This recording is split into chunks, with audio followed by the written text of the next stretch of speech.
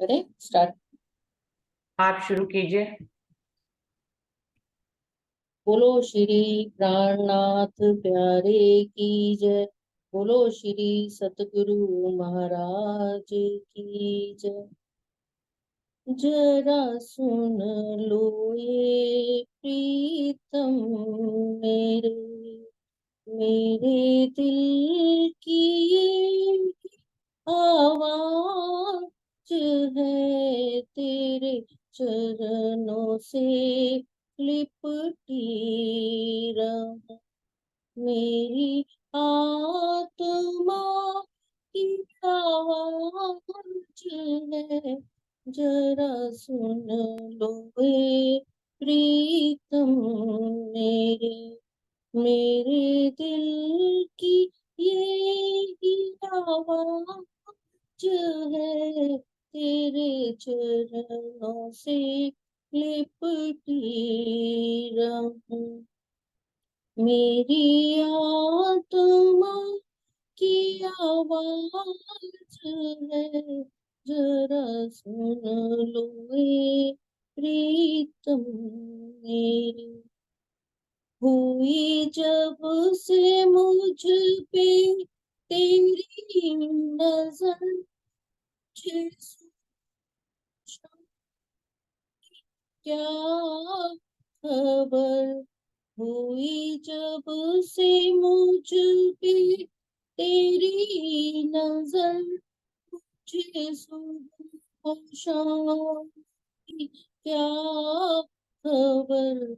मेरी सुबह हो तेरी जुस्तजू, मेरी सुबह हो तेरी जुस्तजू, मेरी शाम तेरा ख्याल है। तेरे चरणों से लिपटी रहूं। मेरी आत्मा की आवाज है। जरा सुन लो ये प्रीतम मेरे। इश्क सरूर है आपका, अंग अंग में इश्क भरा हुआ। इश्क सरूर है आपका, अंग अंग में इश्क भरा हुआ। तेरे इश्क से है रूहें तेरी, तेरे इश्क से है रूहें तेरी।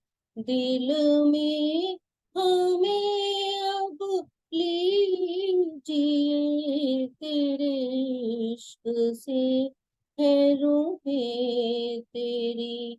दिल में हमें अब लीजिए, तेरे चरणों से लिपटी रहूं। मेरी आत्मा की आवाज है। जरा सुन लो ये प्रीतम मेरी। मेरे दिल में अब तू समा भी जा, न रहे नजर का भी फासला। मेरे दिल में अब तू समा भी जा, न रहे नजर का भी फासला। अब तेरे बगैर मेरे पिया, अब तेरे बगैर मेरे पिया, मेरी जिंदगी भी मुहाल है। अब तेरे बगैर मेरे पिया, मेरी जिंदगी मुहाल है। तेरे चरणों से लिपटी रहूं। मेरी आत्मा की आवाज है, जरा सुन लो ये प्रीतम। मेरे मेरे दिल की ये आवाज है, जरा सुन लो ये प्रीतम मेरे, जरा सुन लो ये प्रीतम मेरे, जरा सुन लो ये प्रीतम मेरे। बोलो श्री प्राणनाथ प्यारे की जय।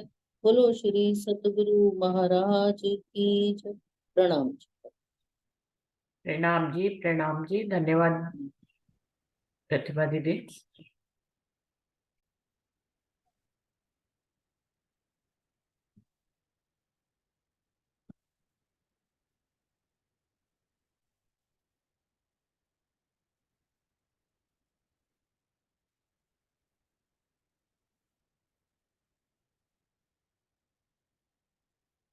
शुरू करते हैं सुंदर साथ जी।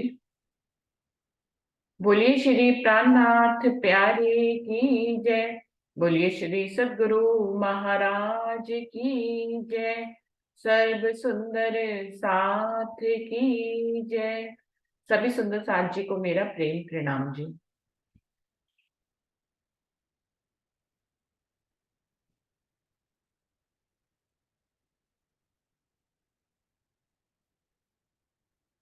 हरीश भाई जी कल आप गाएंगे?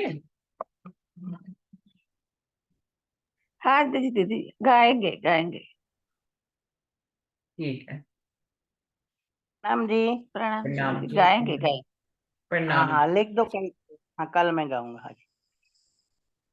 ये प्रसंग चल रहा था महाराज जी की चमत्कार बीटेक में। बसंती देवी जो पत्नी वेगराज जी की है और राजगढ़ा का रहने वाली है।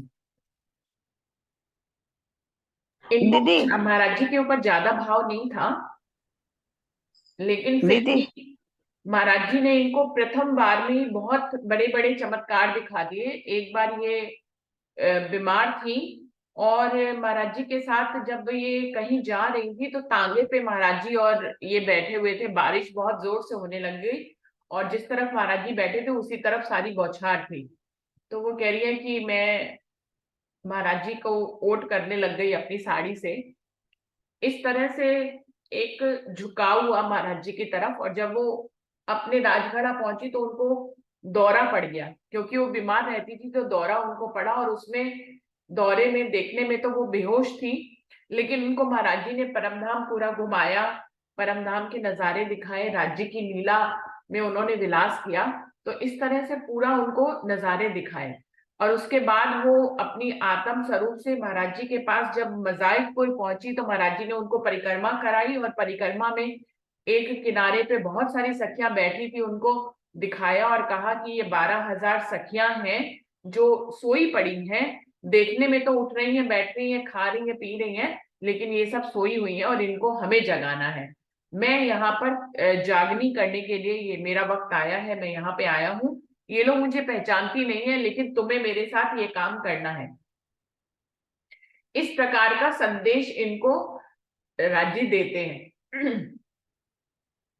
इस संदेश में ही वो 12 लोगों को चुनते हैं कि ये 12 मुख्य सखियां होंगी मेरी, जिनको मैं जागनी कार्य के लिए अपने साथ चुनूंगा। तो इनको धीरे धीरे समझ में आने लगता है कि महाराज जी ये सब कुछ जो उन्हें बेहोशी की अवस्था में दिखा रहे हैं, कोई खास संदेश दे रहे हैं। उस खास संदेश को ही वो अपने प्रसंग में हम लोगों को बता रही है कि महाराज जी ने 12 सुंदर साथ को चुना, जिसमें एक वो भी थी, और कहा कि आज से आप 12 लोगों को खड़े होना है। आप सबके भीतर मैं ही विराजमान होऊंगा और मैं ही सारी जागनी करूंगा। लेकिन कहने में सामने आप मेरे 12 हाथ होंगे। रतन राम रतन महाराज जी के 12 हाथ होंगे। ये वो अपने जो महाराज जी ने उनको दिखाया वो प्रसंग बता रही है। और महाराज जी ने कहा 12 लोगों को डरने की जरूरत नहीं है।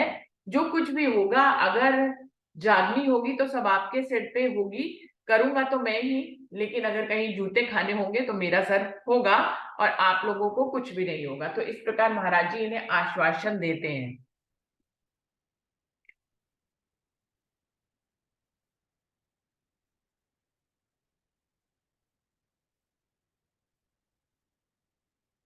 क्या कह रहे हैं, तनिक खड़े तो हो जाओ तुम, खड़ा हुए जो अब मेरा, हुआ हमारे लिए खड़ा जो उसे समझना है मेरा। वो कह रहे हैं आप 12 लोग आदेश दे रहे हैं महाराज जी कि आप 12 लोग खड़े हो जाइए जिनको महाराज जी ने चुना है, क्योंकि जो मेरे लिए खड़ा होगा मैं उसी को ही अपना समझूंगा।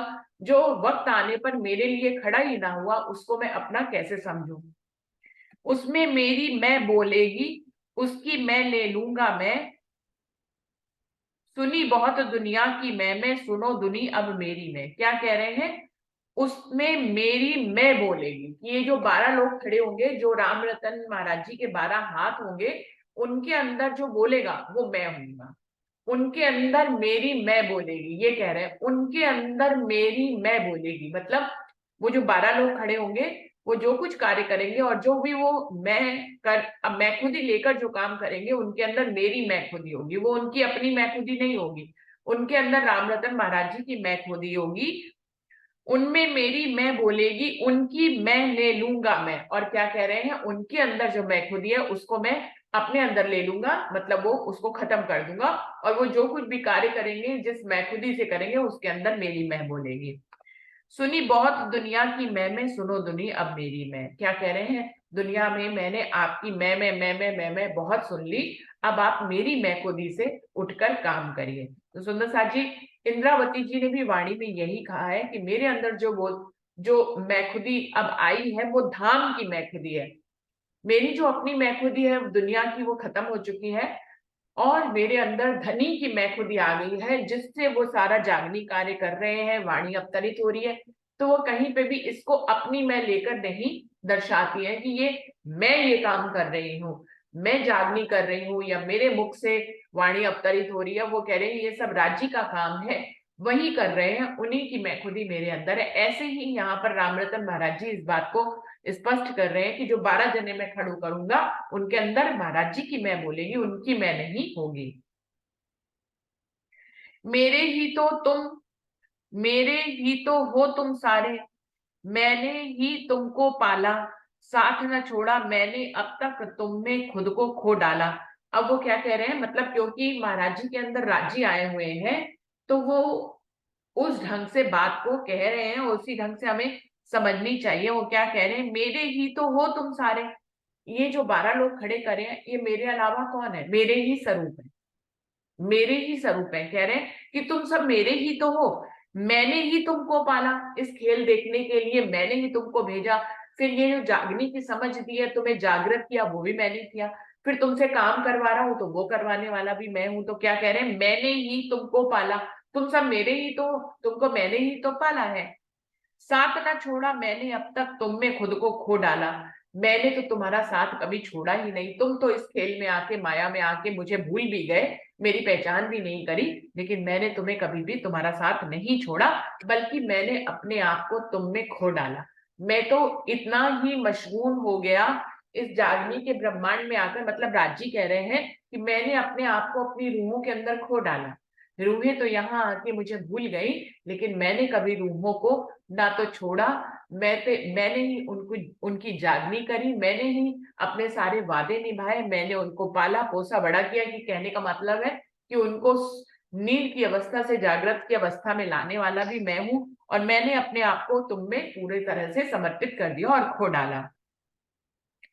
इस वजूद से नहीं वास्ता, कहीं रहे मत करना ध्यान, रूह हमारी बीच तुम्हारे 12 रूह संभालो काम। क्या कह रहे हैं, इस वजूद से नहीं, इस वजूद से नहीं वास्ता, मेरे इस जाहिरी वजूद को मत देखना। मतलब राजी कह रहे हैं रामरतन महाराज जी के रूप में कि मेरे इस जाहिरी वजूद से कोई वास्ता नहीं है, इसको मत तुम ध्यान में मत लेना।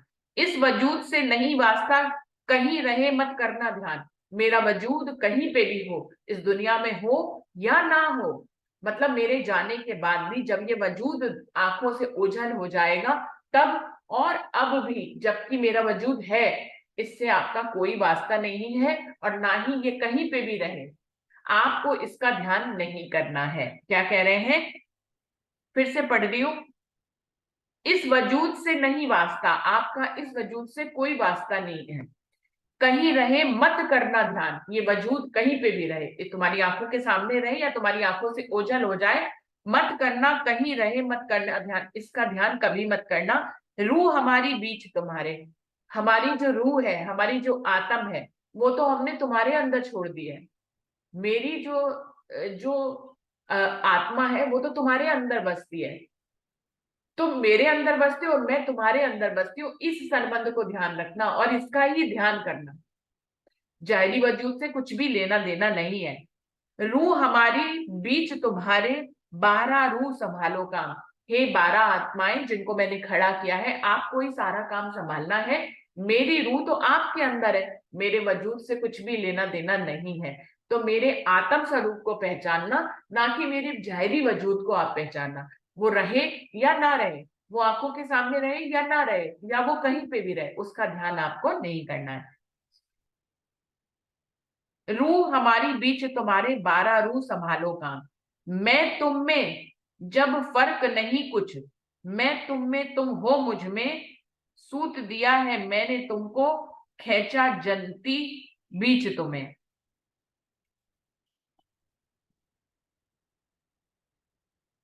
खींचा,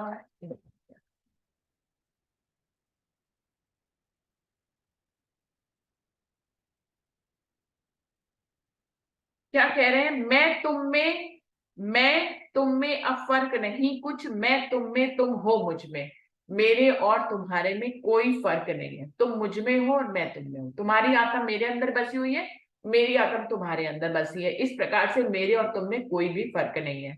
जागने का कार्य तुम्हें दिया जा रहा है, तुम करोगे, लेकिन तुम्हारे अंदर काम मैं ही करूंगा। मैं तुम में अब फर्क नहीं कुछ, मैं तुम में तुम हो मुझ में, सूत दिया मैंने तुमको, खींचा जनती बीच तुम्हें। वो कह रहे हैं कि मैंने तो अपने आप को तुम्हारे अंदर ही सौंप दिया है, मेरी तो आत्मा तुम्हारे अंदर ही विराजमान है, और मैंने तुम्हें इस माया से खींच कर जागनी कार्य में लगाया भी मैंने है।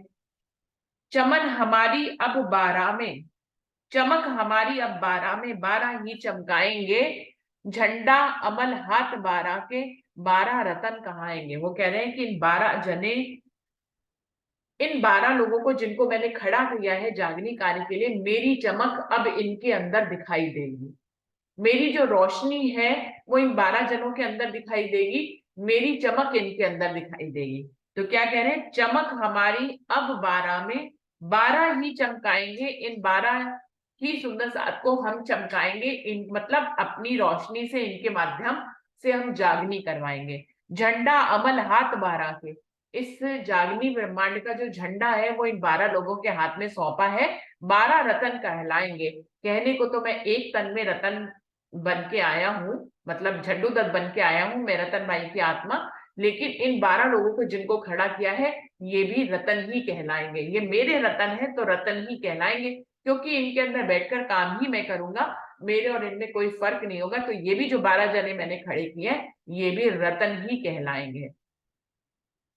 करे राज स्थापित अपना, राज भोज कहना रूहन आया, वक्त हमारा आ पहुंचा, अब तुम्हें बसंती समझाया। अब यहाँ पे क्या कह रहे हैं, करे राज स्थापित अपना, ये 12 सुंदर साथ जिनको मैंने खड़ा किया है, ये लोग जो है यहाँ पर अपना राज्य स्थापित करेंगे इस माया के खेल में। राज भोग रूहन आया, क्योंकि मैं जो ये वाणी लेकर आया हूं, मैं ये जो जागनी का कार्य लेके आया हूं, ये किसका भोजन है, ये रूहों का भोजन है। रूहों के लिए परम धाम से राजभोग उतरा है। पार्टी जैसे कहते हैं ना, राजभोग किसको कहते हैं, जिसमें बहुत सारे व्यंजन हो, ऐसी पार्टी जिसमें, तो वो कह रहे हैं कि किसी दुनियाविक राजभोग की बात नहीं कर रहे हैं। वो कह रहे हैं ये जो वाणी अवतरित हुई है, ये जो सब कुछ जागने के लिए आया है, परमधाम से इतना खजाना आया है, वाणी रूपी भोजन आया है, ये राजभोग किसके लिए आया है, रूहों के लिए आया है। वक्त हमारा आ पहुंचा, अब वो कह रहे हैं दुनिया में अब हमारा वक्त आ पहुंचा है, तुम्हें बसंती समझाया। और क्या कह रही है, बसंती बहन को ये सब कुछ दिखा रहे हैं, उन्हीं का ही प्रसंग चल रहा है। तो क्या कह रहे हैं, बसंती तुमको मैं ये सब कुछ समझा रहा हूं। तो बसंती बहन को समझ में आ रहा था कि महाराज जी उनको कुछ आगे की लीला बता रहे हैं, जिसमें 12 लोग वो खड़े कर रहे हैं, अपने हाथ जिनके साथ थे वो जांगी कराएंगे।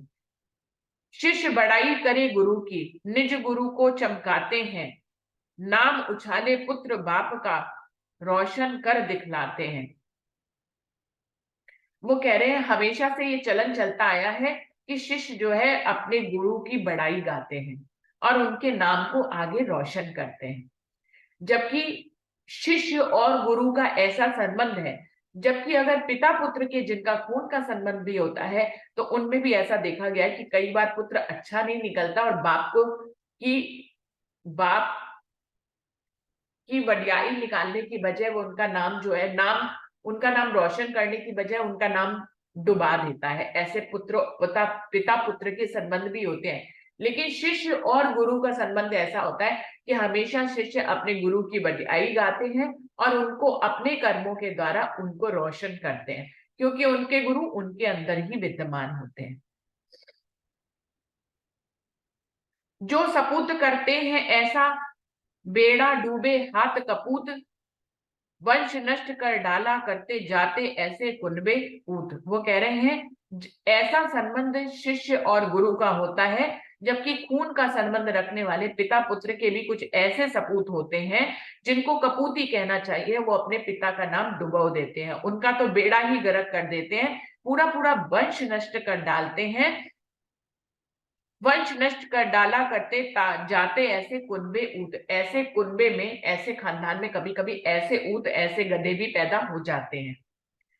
चाह रहे क्या नाम मिटाना अपना कोई नहीं क्या आज, कहने को लंबी चौड़ी है दिख रही जो आज समाज। वो कह रहे हैं क्या आप समझती हैं, मतलब इनको ही समझा रहे हैं ना बसंती देवी को, तो कह रहे हैं कि बसंती क्या तुम समझते हो ये जो मेरे आगे पीछे इतना बड़ा समाज खड़ा हुआ है, क्या सभी मुझे रोशन करेंगे, क्या सभी मेरे साथी हैं? ऐसा नहीं है।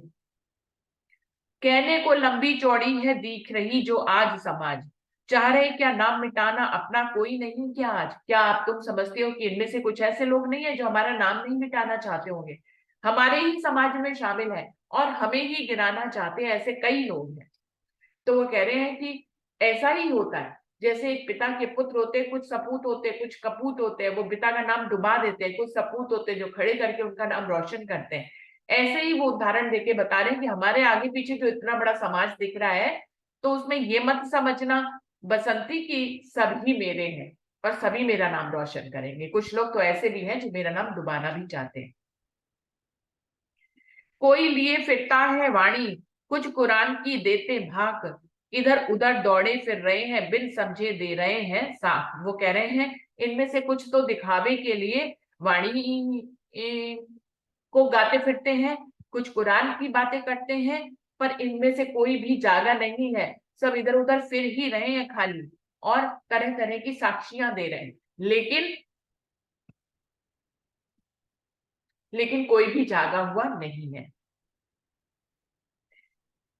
साखदार क्या पिछले ही हैं जो उतरे इन खेलों में, बिना साख हम ही उतरे क्या, हमें तौल रहे घेलों में।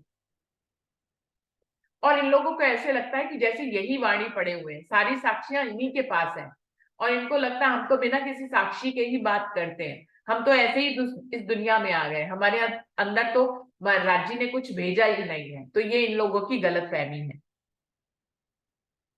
शिष्य सभी पिछलों के दिख रहे, अपना शिष्य ना कोई क्या, क्या हम में गुण ना था एक भी, पिछली ही में गुण था क्या। वो कह रहे हैं अभी तक हमने ये देखा है कि जितने भी परमहंस हुए हैं उन सबके बहुत बहुत शिष्य हुए हैं जिन्होंने उनका नाम रोशन किया है। तो कह रहे हैं हमारे साथ भी कुछ लोगों को खड़ा होना चाहिए, राज्य जागने का कार्य कराएंगे। क्या हमारे कोई भी शिष्य नहीं बनेंगे, सच्चे शिष्य नहीं बनेंगे जो हमारा नाम आगे रोशन करें, जो रतन की रोशनी को आगे बढ़ाएं? तो क्या सभी पिछले वाले ही परमहंस जो हुए उन्हीं के ही शिष्य सिर्फ हैं? क्या हमारा कोई शिष्य नहीं है?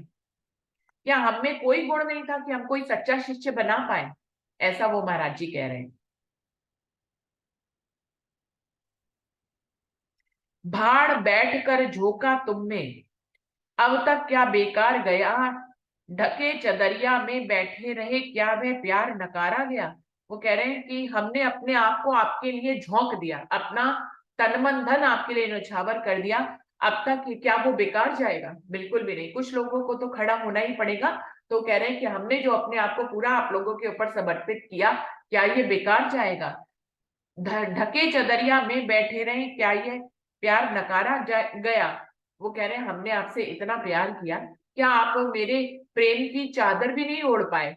क्या ये मेरा प्यार जो है पूरा बेकार चला जाएगा? ऐसा तो नहीं होएगा ना। डूब गया बेड़ा क्या अपना, वंश नष्ट समझे क्या हम, बहुत देर से सुन रहे हैं हम जिनको कहते आप पसम। वो कह रहे हैं क्या मेरा बेड़ा यूं ही डूब जाएगा? मेरा जागनी का कार्य के लिए जिसके लिए राज्य ने मुझे यहाँ भेजा है, वो कह रहे हैं क्या मेरा बेड़ा यहीं तक डूब जाएगा? क्या क्या मेरा वंश नष्ट हो जाएगा? कहने वंश नष्ट होने से क्या तात्पर्य है सुंदर साथ जी, कि कोई मेरे कार्य को आगे नहीं बढ़ाएगा क्या? जो जागनी का कार्य मैं कर रहा हूँ, क्या कोई भी ऐसा सुंदर साथ नहीं होगा जो मेरे इस कार्य को आगे बढ़ाएगा? तो इसी को ही कह रहे हैं कि क्या मेरा वंश खत्म हो जाएगा? मैंने इतने लोगों को जागृत किया, क्या कोई ऐसा सच्चा शिष्य मिलेगा जो मेरे काम को आगे बढ़ाएगा? बहुत देर से सुन रहे हैं जिनको कहते आप पशम, झेल न सकता पिया दुनी का, झेल न सकता पिया दुनी का, प्रिया और के होगर पास, बीत रही होगी क्या हम पे देख रहे और के संग विलास। वो कह रहे हैं मैंने आप लोगों के लिए इतना तन मन धन न्यौछावर किया, और अगर आज भी आप मेरे लिए खड़े नहीं होते, मेरे लिए खड़े होने का क्या तात्पर्य है? मतलब राज्य के लिए खड़े नहीं होते, उनके जागनी कार्य के लिए नहीं खड़े होते, जो परमधाम ने वादा किया था कि तू सोएगी तो मैं तुझे जगा दूंगा। तो कह रहे हैं कि सब दुनिया को ही झेलते रहेंगे, कोई भी सच्चा बनकर शिष्य खड़ा नहीं होगा जो जागनी कार्य करे। सोचने की बात है, सोचने की बात है। ये सब राज्य की तरफ की बात कह रहे हैं, मतलब राज्य को कितना दर्द है, ये बात रामरतन महाराज जी अपने स्वरूप के दर्द को बताते हुए दर्शा रहे हैं। वो कह रहे हैं क्या दुनिया में रहकर दुनिया को ही झेलते रहेंगे? कोई भी मेरा अपना नहीं बनेगा। जिनके लिए मैं इस दुनिया में आया, जिनके लिए मैंने जागनी करी, तो क्या कोई भी खड़ा नहीं होगा मेरे लिए? बीत रही, वो कह रहे मेरे ही अपने अंग होकर दुनिया में अगर रमे रहे, मतलब मेरे होकर पराये के बन के रहे, तो सोचिए मेरे ऊपर क्या बीतेगी।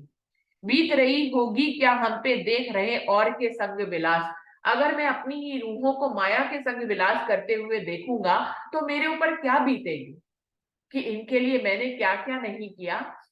मैं इनका आशिक बन के आया, मैंने इनकी जागनी करी, इन्हें परमधाम बताया, सब कुछ इनको जरा जरा आनंद की मैं अनुभूतियां कराता हूँ, फिर भी ये माया में लिप्त है और माया के साथ विलास करना चाहते हैं, तो मेरे दिल पर क्या बीतेगी। हमसे नफरत इश्क और से साथ हमारे यह वर्ताव, देखो हमें जब्त को अपने, देखो हमें जब्त को अपने, देखो अपना आप लगाओ। वो कह रहे हैं आप हमसे नफरत करें और इश्क दुनिया से करें, हमारे साथ ये वर्ताव कि हमें कैसा अनुभव कराएगा। सुंदर साथ जी हम सभी के लिए ये संदेश है कि राज्य कह रहे हैं कि राज्य से तो नफरत और दुनिया भर से प्यार, तो ये राज्य को कितना कष्ट देगा, राज्य के प्रति हमारा ये बर्ताव उनको क्या महसूस कराएगा। वो कह रहे हैं आप अपने स्वभाव को स्वयं ही जब्त कर कर, यानी कि आत्मसात कर कर देखें कि आपका लगाव किसकी तरफ है, राज्य की तरफ है कि माया की तरफ है। तो इन सब बातों को आपको अपने स्वभाव को स्वयं ही आत्मसात कर कर समझना होगा। तख्त बदल गए आज ताज बदल गए, बदले जितने कहे निशान, बात हुई मसूख रात की, उठे रात के सारे ज्ञान। वो कह रहे हैं अगर आप शुरू से देखें इस माया में जिसमें आप लिप्त होना चाहते हैं, तो इसकी परंपरा तो देखिए शुरू से लेकर अभी तक, यहाँ जितने भी राजा महाराजा हुए, कितनों ने ताज पहने, कितने सिंहासनों पे बैठे, लेकिन सबके किसी के भी निशान आज मिलते हैं? सबके निशान, सबके तख्त पलट गए, सबके ताज उतर गए, किसी का भी निशान अब दिखाई नहीं देता है। तो कह रहे हैं उनके तो जमाने, जबकि वो राज्य किया करते थे, उनके तो जमाने तक रद्द हो गए। तो कह रहे हैं कि रात का ज्ञान ले अगर कोई लेता है तो रात के ज्ञान में राज्य करने वाले व्यक्ति का तो तख्त कल भी पलटा है और आज भी पलटेगा। ये अखंड राज्य तो है नहीं। जिस माया को आप लेना चाहते हो उस माया का राज्य तो अखंड ही नहीं है ना। यहाँ तो कितने राजा हुआ है, कितने सिंहासन पर बैठे, सबका तख्ता पलट गया और आज किसी का भी निशान दिखाई तक नहीं देता है। आप रात के राजा की अब भी पकड़े फिरते हो वहां, नाम उसी के रटते फिरते बैठ हमारे चरणों छा। अब वो कह रहे हैं कि तुम कितने दोगले हो, कहने को तो तुम हमारे चरणों में बैठे हुए हो, लेकिन रात दिन तुम दुनिया के राजा की ही बनना चाहते हो। आप रात के राजा की अब भी पकड़े फिरते हो वहां, तुम्हें तो दुनिया में ही राज्य करना है, दुनिया की ही बाह पकड़े फिर रहे हो। नाम उसी का रटते फिरते, तुम तो दुनिया का ही नाम रटते फिर रहे हो, कहने को तुम हमारे चरणों की छांव में बैठे हुए हो। तो तुम कितना दोगलापन कर रहे हो। तो ये तुम्हें कहाँ ले जाएगा, अपने इस स्वभाव को तुम्हें खुद ही आत्मसात करना है। हमसे क्या संबंध तुम्हारा, लखो हमारे संबंधी, हम भी तो कुछ लगते होंगे, क्या सारी हो गई अंधी। वो कह रहे हैं इतने लोग हमसे संबंध बनाकर बैठे हुए दिखते हैं, क्या हमारा संबंध किसी से नहीं है। लखो हमारे संबंधी, हम भी तो कुछ लगते होंगे, क्या सारी हो गई अंधी। हमने जो आपके लिए इतना त्याग किया, हमने जो आपके लिए इतना समर्पण किया, क्या हमारा रिश्ता आपसे कुछ भी नहीं है। क्या सारी की सारी जमात अंधी हो गई है कि हमारे लिए कोई खड़ा ही नहीं होना चाहता, जागनी कार्य के लिए कोई खड़ा ही नहीं होना चाहता। राजी ने हम सबको भेजा है इस दुनिया में तन धारण करके, रूहों की जागनी के लिए, उस परमधाम के वादे को निभाने के लिए। तो क्या वो कह रहे हैं हमारा आपसे कोई संबंध ही नहीं है, क्या सारे के सारा कुनबा ही पूरा अंधा हो गया है, जितने मेरे आगे पीछे दिखते हैं क्या सभी अंधे हैं। कटकर जवां गिरी क्या सबकी बैठ गए, क्या सब सीकर होठ, तुम्हें यही तो समझाया था, सह ना पाओ माया की चोट। वो कह रहे हैं लगता है कोई बोलता ही नहीं है कि वो जागनी कार्य के लिए खड़ा होगा। क्या सबकी जुबान कटकर गिर गई है, क्या सबके होठ सिल गए हैं, कि कोई भी इस बुजुर्गी को लेकर आगे नहीं बढ़ना चाहता है कि वो सारा जिम्मेदारी लेता है, वो रूहों को जगाएगा। देखिए सुंदर सा जी, जिम्मेदारी तो कोई भी लेना नहीं चाहता, स्वयं राज्य ही पकड़ा देते हैं जिसको चुन लेते हैं। धनी देवचंद जी को भी राज्य ने स्वयं ही चुन लिया। इसके लिए कोई इफ बट नहीं है कि इस 12,000 रूहों को इस दुनिया में भेजा तो उसमें इंद्रावती को ही क्यों चुना, धनी देवचंद जी को ही क्यों चुना, तो इसमें क्यों नहीं लगा सकते।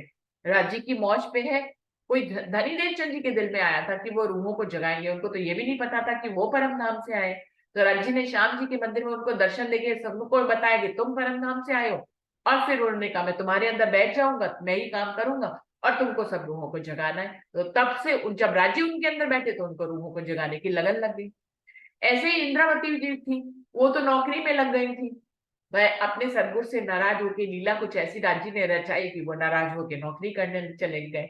और कहा उनके अंदर भी जागनी का कार्य का ऐसा कुछ खास वो था, लेकिन जाते समय क्योंकि जागनी लीला उन्हीं से करानी थी, राज्य ने उन्हीं को चुन रखा था, तो उनको अपने पास राज्य ने बुलाया, सतगुरु महाराज ने बुलाया, उनको सारी लीला समझाई और उनके धाम हृदय में विराजमान हो गए।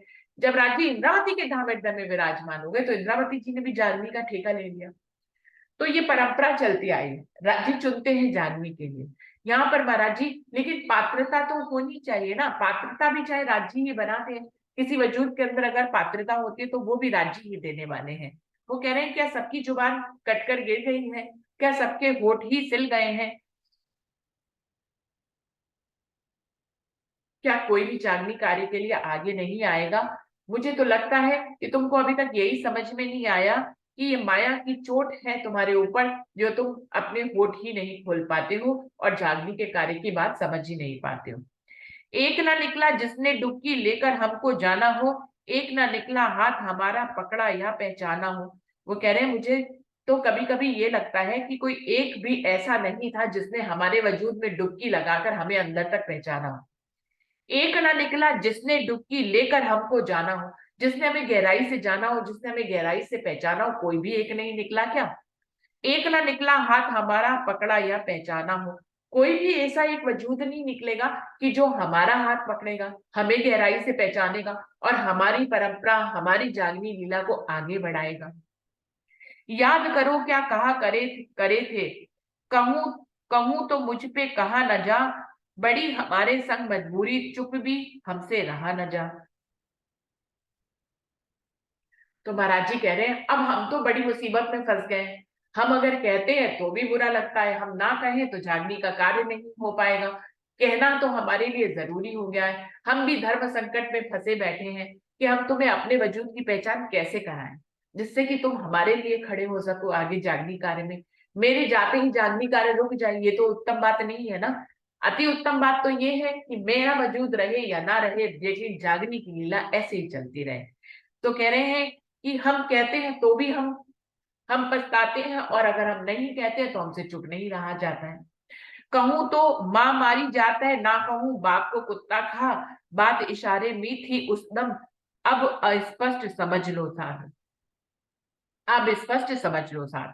वो कह रहे हैं अगर मैं कहता हूं तो मेरी मां मर जाती है, और अगर ना कहूं तो मुझे मेरे बाप को कुत्ता खा जाता है। ये एक मुहावरा है कि जिसमें कोई ऐसी स्थिति में फंस जाता है कि ना वो दाएं जा सकता है ना वो बाएं जा सकता है। कुछ इसी से मिलता जुलता होता है कि एक तरफ कुआं एक तरफ खाई, मतलब कहूं तो भी गड़बड़, ना कहूं तो भी गड़बड़। तो वही बात वो कह रहे हैं।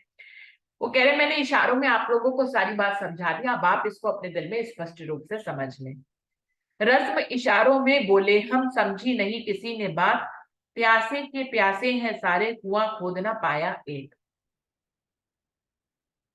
वो कह रहे हैं हमने तो इशारों में सारी बात, अपनी जागनी लीला, आगे तक की सारी लीला आपको समझा दी है, लेकिन किसी की समझ में आई या नहीं आई मुझे नहीं मालूम। समझी नहीं किसी ने बात, मैंने तो इशारों में समझाई, लेकिन लगता है किसी ने समझी नहीं।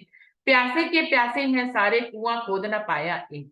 वो कह रहे हैं मुझे आज भी हर सब कोई प्यासे ही लग रहे हैं, कोई भी कुआं खोद कर उसके अंदर का पानी निकाल नहीं पाया, यानी कि कोई भी मेरा अपना नहीं बन पाया, मेरे वजूद की गहराई में डुबकी लगाकर पहचान नहीं कर पाया, मेरे कार्य को आगे नहीं बढ़ाया। इसीलिए वो कह रहे हैं मैं 12 जनों को खड़ा करूंगा जो 12 रतन कहलाएंगे। डुबकी उसमें मार ना पाए, समझा गया ना अपना भेष, जतन करो जल का ओ प्यासों, बिन जल नहीं बुझेगी प्यास। वो कह रहे हैं कोई भी मेरे स्वरूप में डुबकी मार कर मुझको समझ नहीं पाया, मेरे भेष में ही वो अटका रह गया, समझा गया ना अपना भेष। हम किस चोले में आए हैं, इस चोले से क्या तुम्हारा लेना देना है, इससे क्या संबंध है, इस चोले में क्या है, इसके अंदर क्या है, इस लीला को कोई भी समझ नहीं पाया। सब जतन कर रहे हैं, जल को ले ही नहीं पा रहे। गहराई में जाना पड़ेगा, कुएं में जल बहुत नीचे है, जब तक नीचे डुबकी नहीं लगाएंगे उस जल में बाल्टी नहीं भर पाएंगे। झंडा उठा बसंती अब तू, डोडी पीट खड़ी हो जा, जो रोकेगा हम देखेंगे, सिर हम पे है पिटने का। उन्होंने फिर ये इशारा किया बसंती देवी को कि उन 12 लोगों में मैं एक तुम हो, तो इसलिए निजानंद संप्रदाय का झंडा लेकर तुम खड़ी हो जाओ बसंती, और पूरे समाज में इसकी ढोडी पीट दो। ढोडी पीटने का मतलब है पूरा गुंजायमान कर दो जागनी की लीला को। और वो कह रहे हैं जो रोकेगा हम देखेंगे, मैं तेरे अंदर बैठ के काम करूंगा, तो बिल्कुल ढोडी पीट दे, सब तरफ इसका बाजा बजा दे, और कोई भी तुझे रोक नहीं पाएगा, क्योंकि तेरे अंदर मैं बैठा हूं, मैं खुद ही देख लूंगा कि कौन तुझे रोकेगा।